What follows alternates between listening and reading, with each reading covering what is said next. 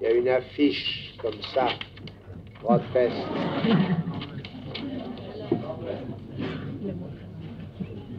Est-ce que vous avez su la lire? Qu'est-ce que ça donne pour vous? L'insuccès, quand même, ça fait blabla. Ça équivoque l'insuccès. Et après, j'ai traduit l'unbewusst. J'ai dit qu'il y avait, au sens de l'usage en français du partitif, qu'il y avait de l'unbewusst. C'est une façon aussi bonne de traduire l'unbewusst que n'importe quelle autre, que l'inconscient en particulier qui en français, et qui en allemand aussi d'ailleurs, équivoque avec inconscience. L'inconscience, ça n'a rien à faire avec l'inconscience. Alors pourquoi ne pas traduire tout tranquillement par l'unbewusst? D'autant plus que ça a tout de suite l'avantage de mettre en évidence certaines choses. Pourquoi est-ce qu'on s'oblige, dans l'analyse des rêves qui constituent une bévue comme n'importe quoi d'autre, comme un acte manqué, à ceci près qu'il y a quelque chose où on se reconnaît. On se reconnaît dans le trait d'esprit, parce que le trait d'esprit tient à ce que j'ai appelé la langue. On se reconnaît dans le trait d'esprit, on y glisse.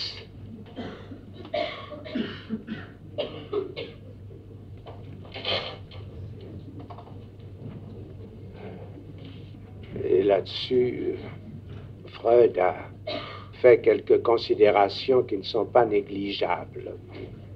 Je veux dire que l'intérêt du trait d'esprit pour l'inconscient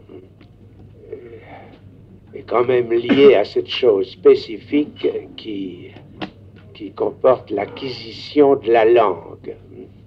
Pour le reste, est-ce qu'il faut dire que pour l'analyse d'un rêve, il faut s'en tenir à ce qui s'est passé la veille? Ça ne va pas de soi. Freud en a fait une règle, mais il conviendrait quand même de s'apercevoir qu'il y a bien des choses qui non seulement peuvent remonter plus haut, mais qui tiennent à ce qu'on peut appeler le tissu même de l'inconscient. Est-ce que l'acte manqué aussi, c'est une affaire qui doit être analysée étroitement selon ce qui s'est passé, non pas la veille, mais cette fois-ci dans la journée. C'est vraiment quelque chose qui pose question. Cette année, disons que avec cet insu que c'est de l'unbewusst, j'essaie d'introduire quelque chose qui va plus loin, que l'inconscient. Quel rapport y a-t-il entre ceci qu'il faut admettre, que nous avons un intérieur qu'on appelle, comme on peut, psychisme par exemple, On voit même Freud écrire endopsychique. Ça ne va pas de soi que la psyché ce soit endo. Ça ne va pas de soi qu'il faille endosser cet endo.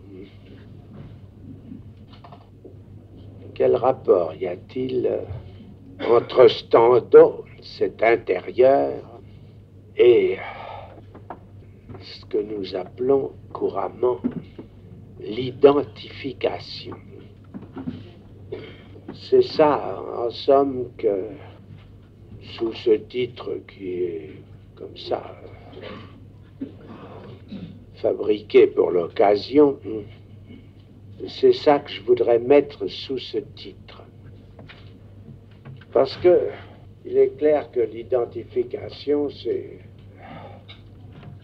ce qui se cristallise dans une identité.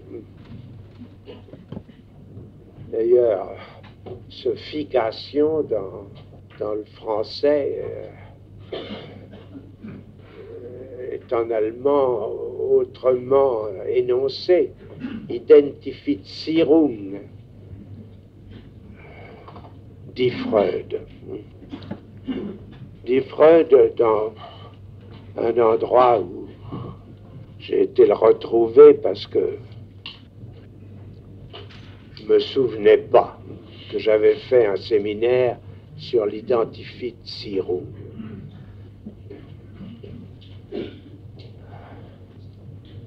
Je me souvenais pas, je me souvenais quand même de ce qu'il y avait dans le chapitre. Je ne savais pas que j'y avais consacré une année. Mais je me souvenais qu'il y a pour Freud au moins 3 modes d'identification, à savoir l'identification auquel il réserve, je ne sais pas bien pourquoi, la qualification d'amour. Amour, c'est la qualification qu'il donne à l'identification au père. Qu'est-ce que c'est que, d'autre part, ce qu'il avance d'une identification faite de participation?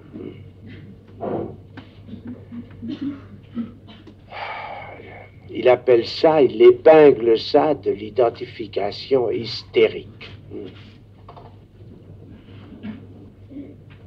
Et puis, il y a une 3e identification qui est celle qu'il fabrique d'un trait que j'ai autrefois, comme ça, j'en avais gardé quand même le souvenir, sans savoir que j'avais fait tout un séminaire sur l'identification, d'un trait que j'ai appelé unaire. Ce trait unaire nous intéresse parce que, comme Freud le souligne, c'est pas quelque chose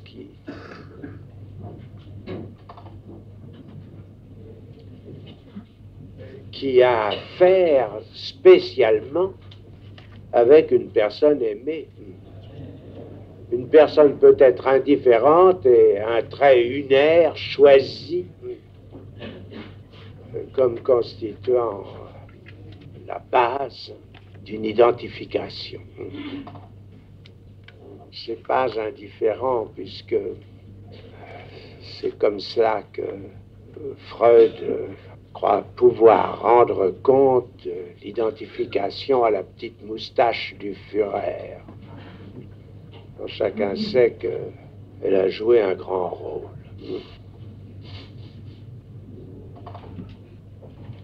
C'est une question qui a beaucoup d'intérêt parce que il résulterait de certains propos, qui ont été avancés, que la fin de l'analyse serait de s'identifier à l'analyste.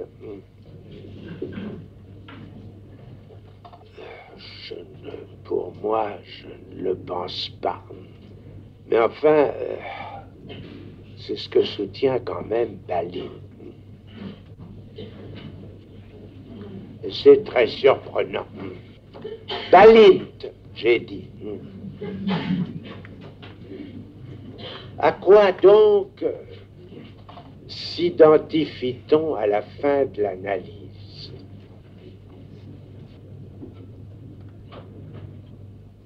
Est-ce qu'on s'identifierait à son inconscient?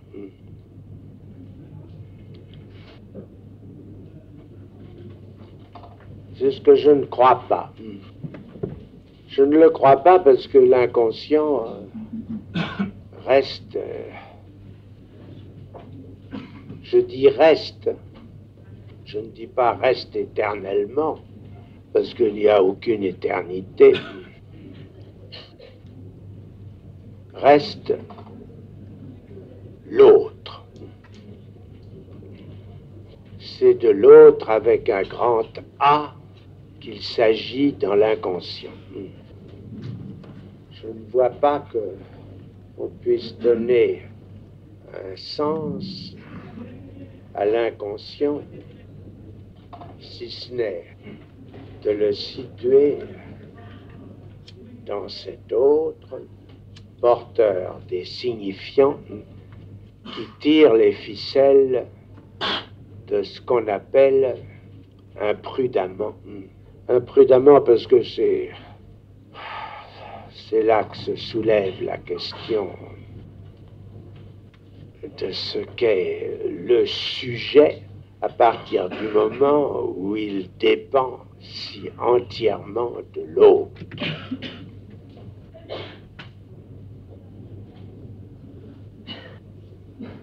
Alors, en quoi consiste ce repérage qu'est l'analyse?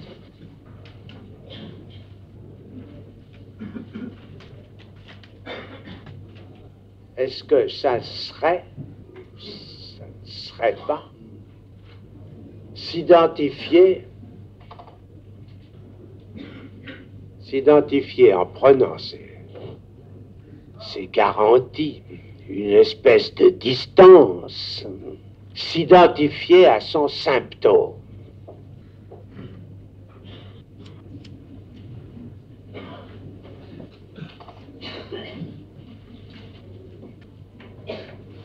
J'ai avancé que le symptôme, ça peut être, c'est monnayable, c'est courant, ça peut être le partenaire sexuel.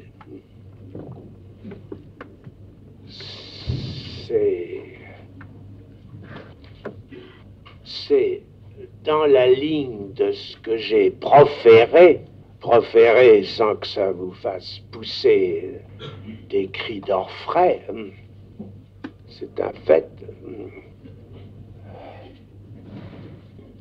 J'ai proféré que le symptôme pris dans ce sens, c'est, pour employer le terme de connaître, c'est ce qu'on connaît. C'est même ce qu'on connaît le mieux, sans que ça aille très loin.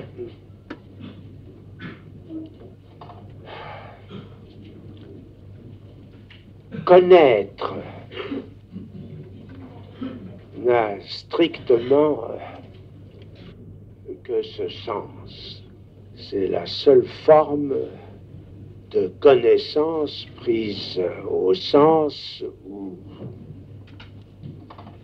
l'on a avancé qu'il suffirait qu'un homme couche avec une femme pour qu'on puisse dire qu'il la connaît, voire inversement.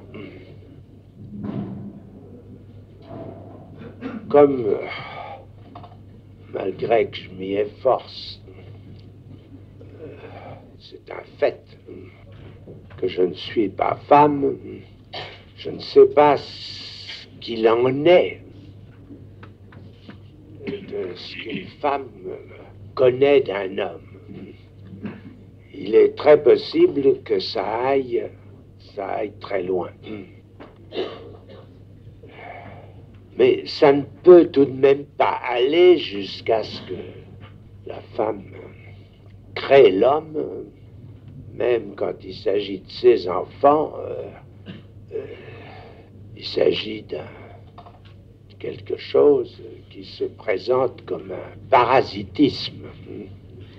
Dans l'utérus de la femme, l'enfant est parasite. Et tout l'indique. Y compris le fait que ça peut aller très mal entre ce parasite et ce ventre. Alors, qu'est-ce que veut dire connaître?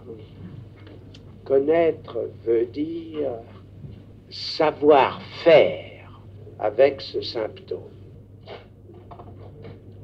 Savoir le débrouiller. Savoir le manipuler. Savoir... Ça a quelque chose qui correspond à ce que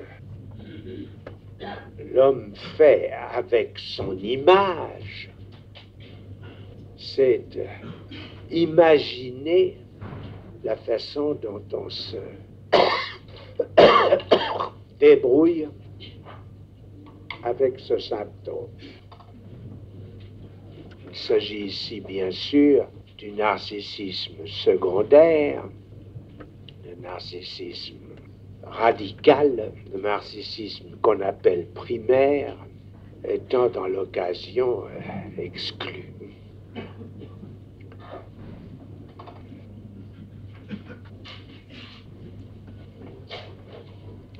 Savoir y faire avec son symptôme, c'est là la fin de l'analyse.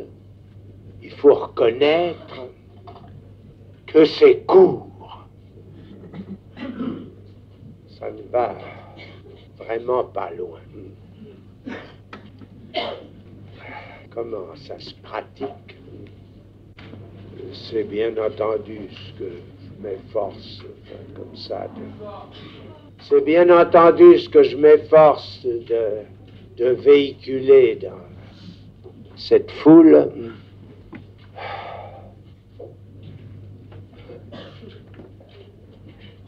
Je ne sais pas avec quel résultat. Je me suis embarqué dans cette navigation, enfin.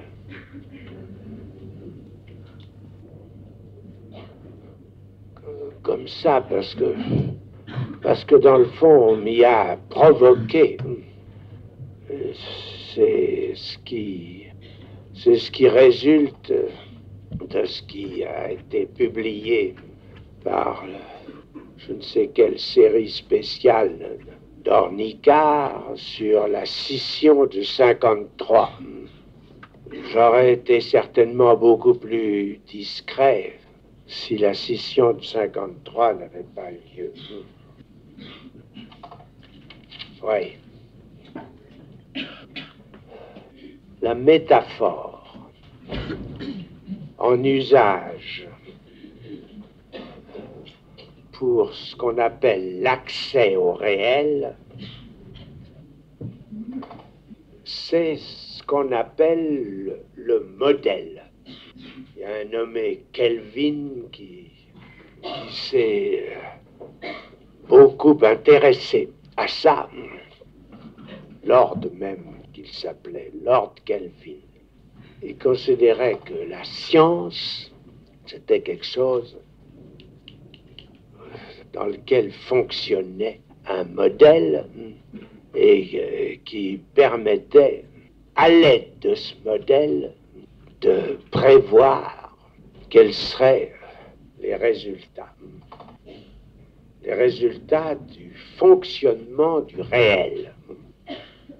On recourt donc à l'imaginaire pour se faire une idée du réel. Écrivez alors se faire une idée, j'ai dit. Écrivez-le sphère pour bien savoir ce que l'imaginaire veut dire. Ce que j'ai avancé dans mon nœud borroméen de l'imaginaire, du symbolique et du réel, m'a conduit à distinguer ces trois sphères et puis ensuite à les renouer. Il a fallu donc que je passe de ces trois boules. Il y a les dates. J'ai énoncé le symbolique, l'imaginaire et le réel en 1954. J'ai intitulé une conférence inaugurale de ces trois noms, devenu en somme par moi ce que Frege appelle nom propre. Fonder un nom propre, c'est une chose qui fait monter un petit peu votre nom propre. Le seul nom propre dans tout ça, c'est le mien. L'extension de Lacan au symbolique, à l'imaginaire et au réel, est ce qui permet à ces trois termes de consister. Je n'en suis pas spécialement fier. Je me suis après tout aperçu que consister, ça voulait dire quelque chose. C'est à savoir qu'il fallait parler de corps, qu'il y a un corps de l'imaginaire, un corps du symbolique, c'est la langue, et un corps du réel dont on ne sait pas comment il sort. C'est pas simple. Donc la complication vient de moi, mais elle est dans ce dont il s'agit. C'est parce que j'ai été, comme dit l'autre, confronté avec l'idée que supporte l'inconscient de Freud, que j'ai essayé non d'en répondre, mais d'y répondre de façon sensée. C'est-à-dire en n'imaginant pas que cette avision dont Freud s'est avisé, c'est ça que je veux dire, que cette avision concerne quelque chose qui serait à l'intérieur de chacun de ceux qui font foule et qui croient être de ce fait une unité. On a traduit cette notion de foule que veut bien dire Massenpsychologie, on l'a traduit psychologie collective et analyse du moi. Rien n'y fait. Freud a beau prendre expressément son départ de ce que Gustave Le Bon a appelé nommément psychologie des foules, on traduit par psychologie collective. Une collection de perles, sans doute. Chacun en étant une. Alors que ce dont il s'agit, c'est de rendre compte de l'existence dans ces foules de quelque chose qui se qualifie moi. Qu'est-ce que ça peut être que ce moi? C'est ce que, pour essayer de vous l'expliquer, j'ai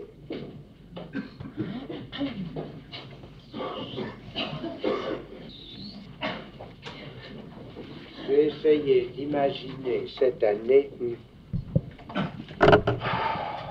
l'usage de ce qu'on appelle une topologie. Une topologie, comme vous pourrez le saisir, rien qu'à ouvrir quoi que ce soit qui s'appelle la topologie générale, une topologie, ça se fonde toujours sur un tore. Même si ce tore est à l'occasion une bouteille de clin. Car une bouteille de clin est un tore qui se traverse lui-même. J'ai parlé de ça il y a bien longtemps.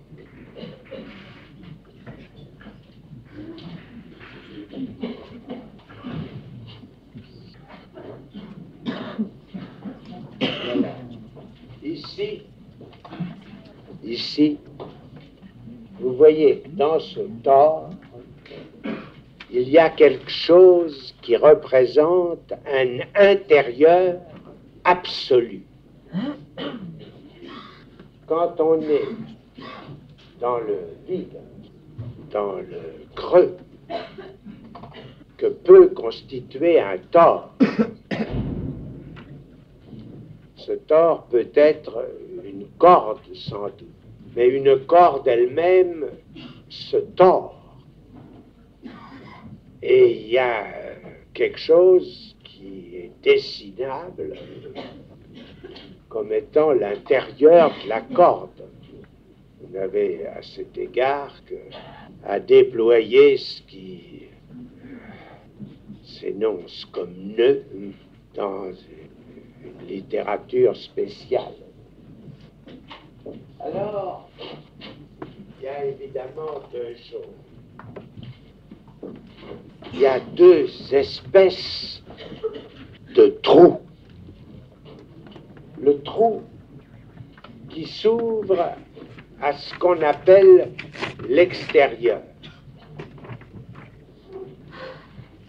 Ça met en cause ce dont il s'agit quant à l'espace.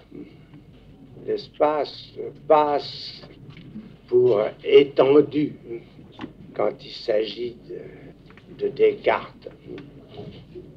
Mais le corps nous fonde l'idée d'une autre espèce d'espace.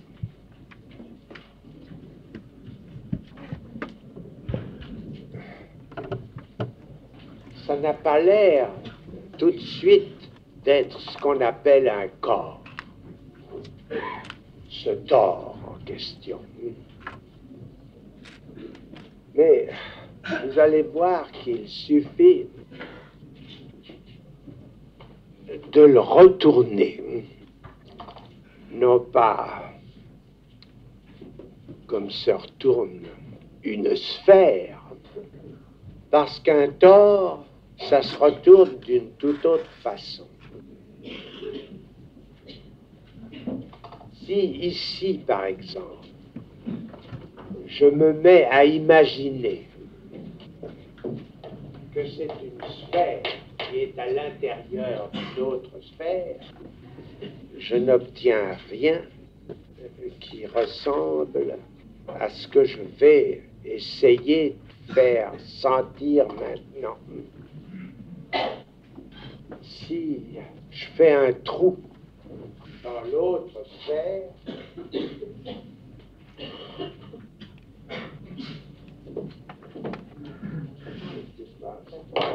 si je fais un trou dans l'autre sphère, cette sphère-là va sortir comme un grelot. Mais c'est un tore. C'est un tore, c'est-à-dire qu'il va se comporter autrement.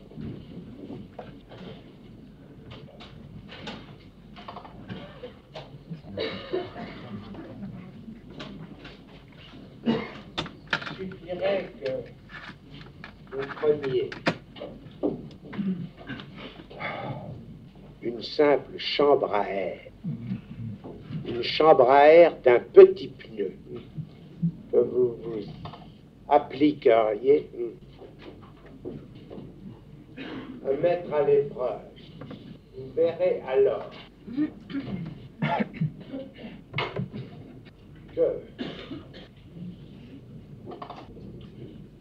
le pneu prête à cette façon.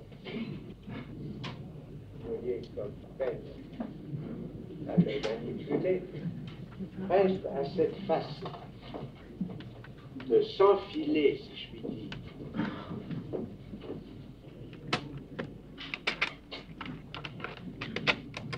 Dans ce coffre a lui issu la coupure que nous avons pratiquée. Et que si je vais poursuivre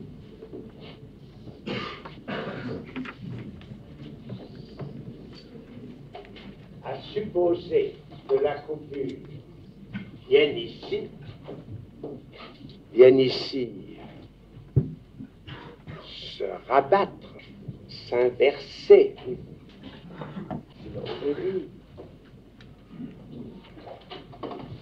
Ce que vous allez obtenir est ceci, qui est différent en apparence du tort, car c'est bel et bien un tort tout de même, quoique, vu cette fois-ci, en coupe, c'est bel et bien un tort, exactement comme si nous coupions ici le tort dont il s'agit.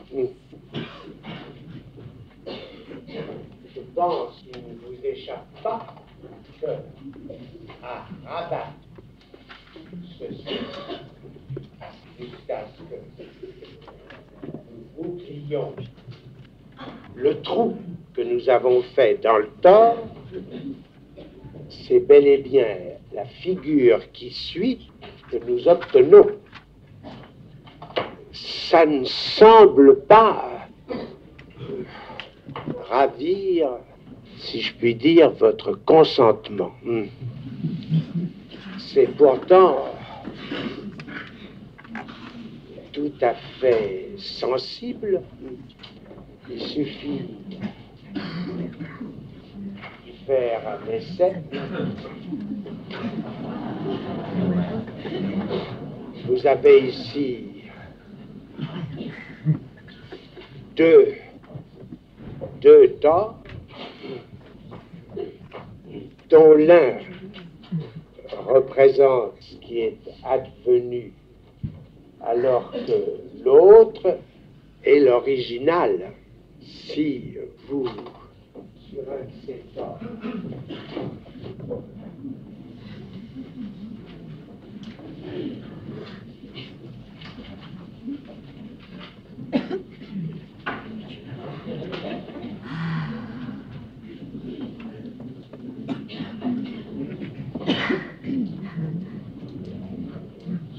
cet or couplé de la même façon. Ceci va nous conduire à autre chose. Sur un de ces torts couplés,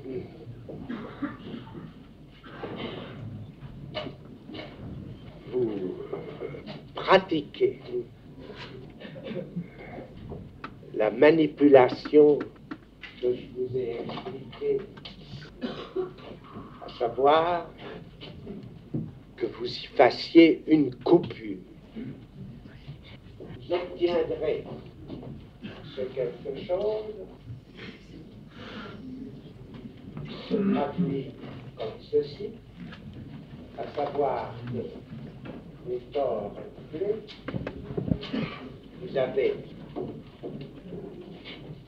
à l'intérieur d'un de ces torts un autre tort.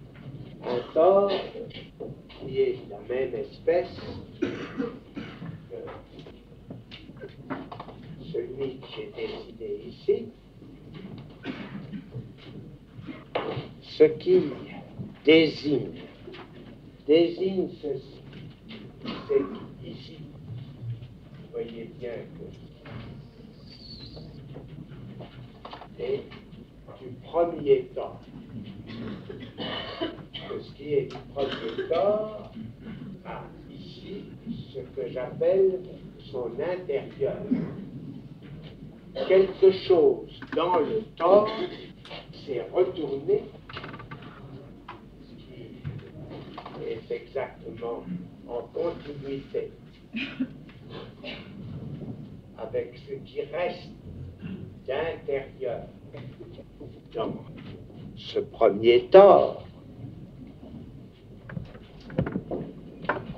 Ce corps est retourné en ce sens que désormais son intérieur est ce qui passe à l'extérieur.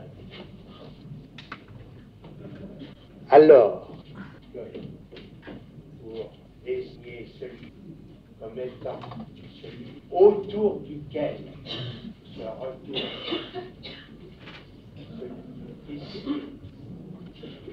et nous apercevons que celui qui j'ai désigné ici est lui resté inchangé, c'est-à-dire qu'il a son premier extérieur, son extérieur tel qu'il se pose dans la boucle, il a son extérieur toujours à la même place.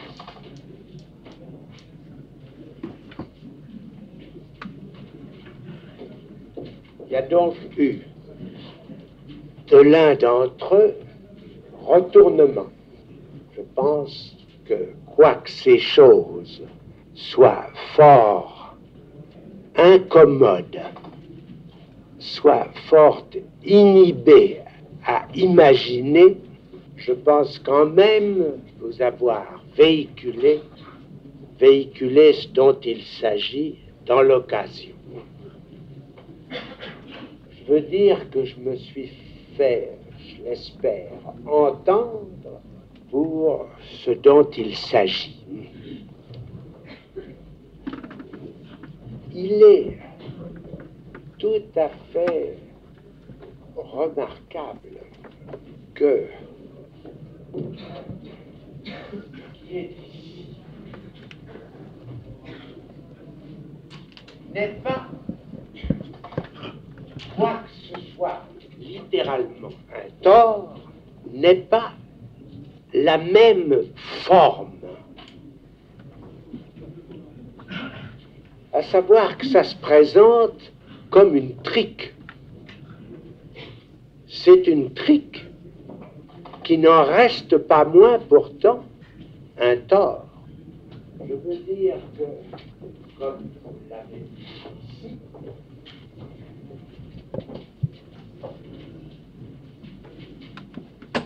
ce qui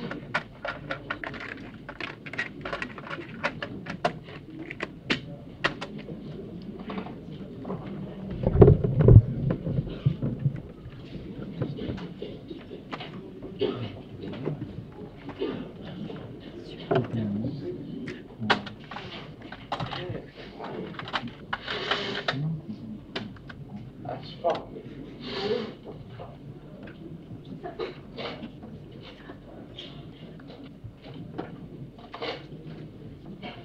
C'est quelque chose qui n'a plus rien à faire avec la première prestation, celle qui nous, les deux torts. Ça n'est pas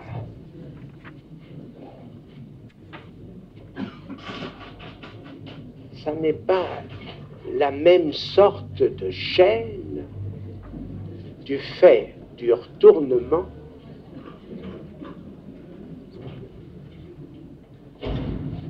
de ce que j'appelle dans l'occasion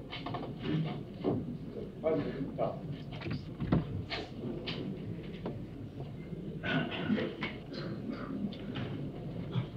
Mais par rapport à ce premier tort,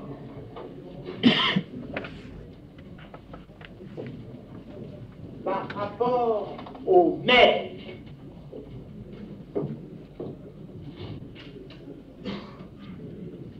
ce que vous avez, c'est quelque chose, je dessine comme ça,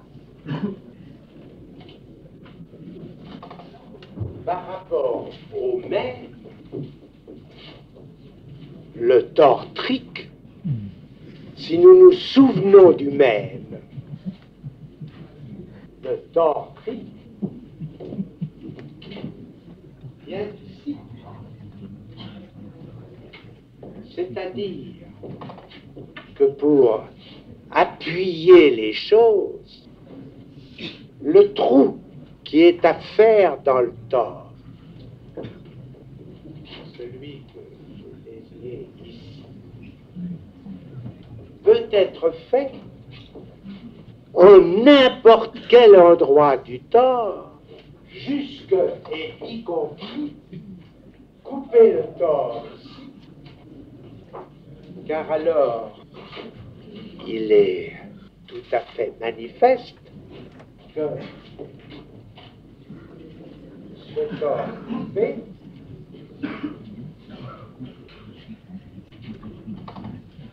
peut se retourner de la même façon et que ça sera en joignant deux coupures que nous obtiendrons cet aspect. En d'autres termes, en coupant ce tort, on obtient ce que j'ai appelé la présentation en trique de la même façon. C'est-à-dire que quelque chose qui se manifestera dans le tort par deux coupures permettra un rabattement exactement tel que c'est en joignant une coupure et non pas en fermant la coupure unique, celle que j'ai faite ici. C'est en joignant donc deux coupures que nous obtiendrons cette trique. Ce que j'ai appelé ce terme, encore que ce soit un tort. Voilà ce que aujourd'hui, et je conviens que ça n'est pas nourriture facile, mais ce que j'aimerais la prochaine fois, à savoir dans le deuxième mardi de décembre, ce que j'aimerais entendre la prochaine fois de quiconque d'entre vous, c'est la façon dont c'est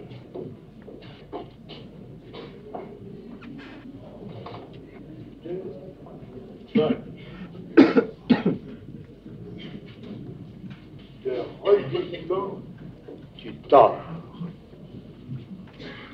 y étant adjoint un troisième, qui, lui, est celui-ci.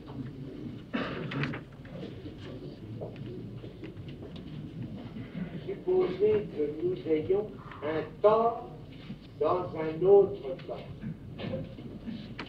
La même opération est concevable pour les deux torts, à savoir une coupure faite dans celui et d'une coupure au distinct que ce n'est pas le même tort faite dans celui.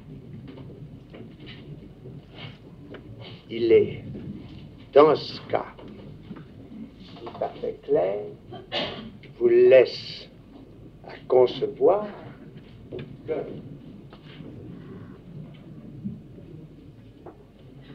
le repliement de ces deux torts nous donnera une même trique, mais à ceci près que dans la trique, il y aura un contenu analogue. À ceci près que pour les deux cas, cette fois-ci,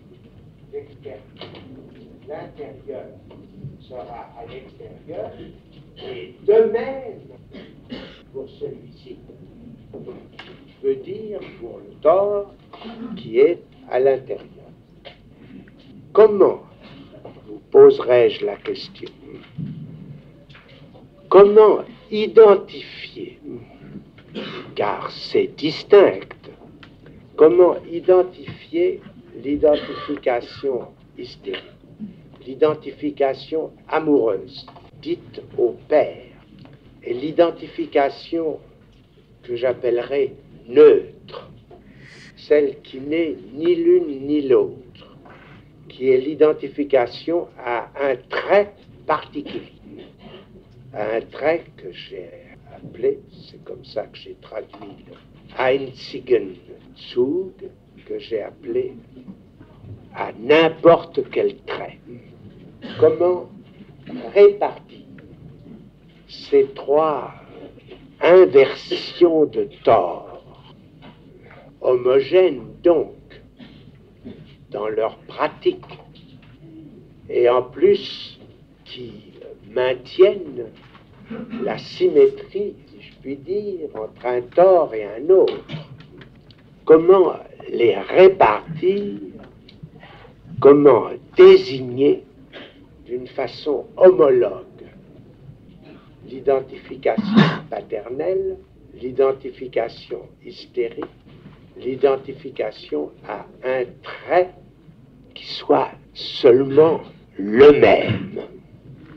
Voilà la question sur laquelle j'aimerais la prochaine fois que vous ayez la bonté de prendre parti.